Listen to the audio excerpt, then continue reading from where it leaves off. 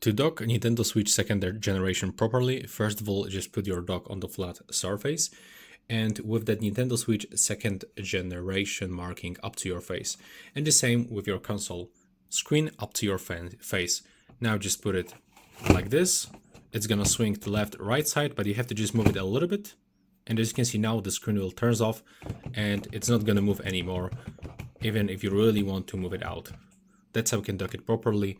Now if you connect all the cables, the HDMI cable and the AC adapter into the back of your dock, like so, then it will display on your TV or on your monitor.